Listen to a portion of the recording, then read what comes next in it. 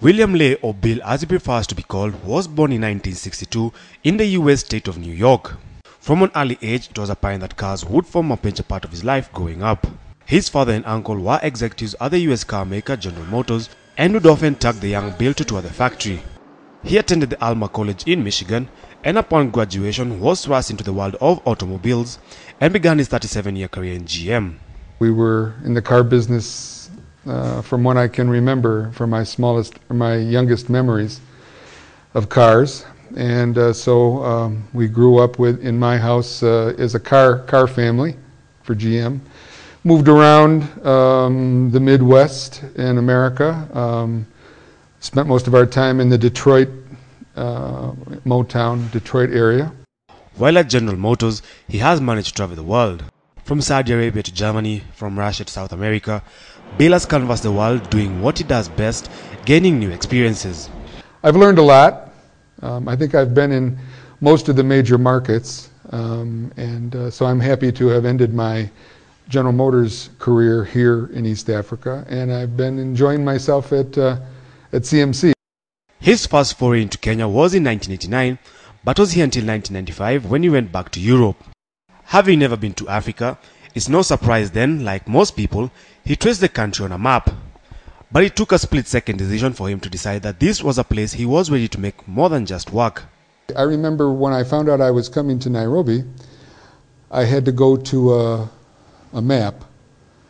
I think I went and found a globe, and I couldn't exactly remember if Nairobi was in East Africa or West Africa. So once I honed in on where it was, I did a little bit of research, and of course I got here before cell phones and before imported food, and so I got to spend a lot of time here from 1990 to 1995, which was a much different Kenya than when I came back in 2001. At General Motors, he oversaw the company's growth to serve the general East African region. But in 2010, he called time on his 37 years at GM to take up his new role at CMC, but nothing would have prepared him for the daunting task ahead. And, it's been a bigger challenge than I anticipated. The challenge for me was that I've seen so many different ways that dealers and distributors have worked around the world. And I thought CMC at the time, with a long history, and the way I'd known them in the market, competing against them for many years at General Motors, I thought this is a good opportunity for me to use all the skills and experiences that I've gained over the now near 40 years in the business. Company malpractices that he brought to the fore in his first 100 days would shape his engagement with the board of directors. Boardroom wrangles have dented the 60-year heritage of the auto dealer, but Bill remains committed to the cause of instilling sound corporate governance structures. I felt that I was well equipped to go into it, but I think that for me the challenges have been that the company itself had challenges. The company needed to transition from the dark old days to modern consumerism, consumer-focused business with proper marketing and proper sales techniques and all that, because that's what I was used to at General Motors, because General Motors was, before I got there, a very well-run company.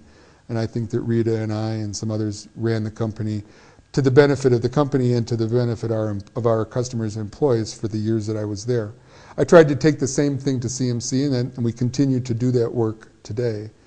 So I'm not trying to walk around your question, but the fact of the matter is it was a challenge for me. But away from the office, he is a man who has fallen in love with the country.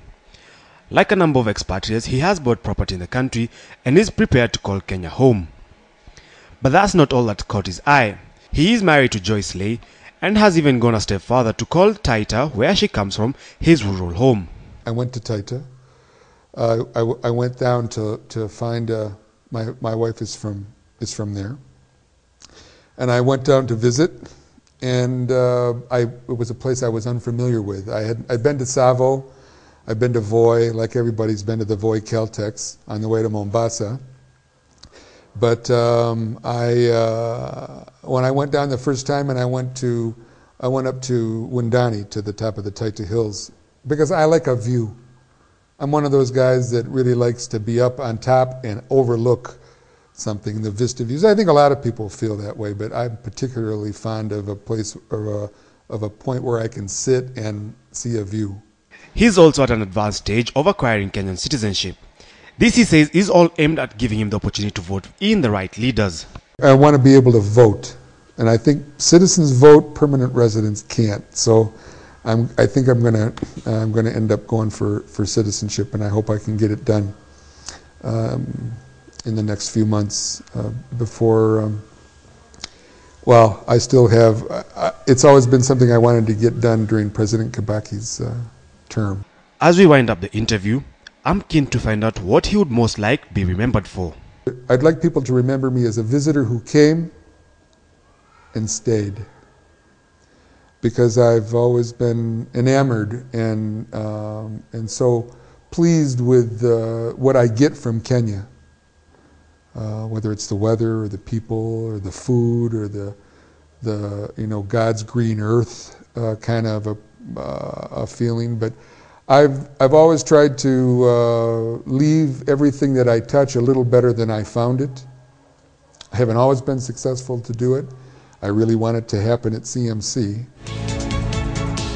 Money and Power in association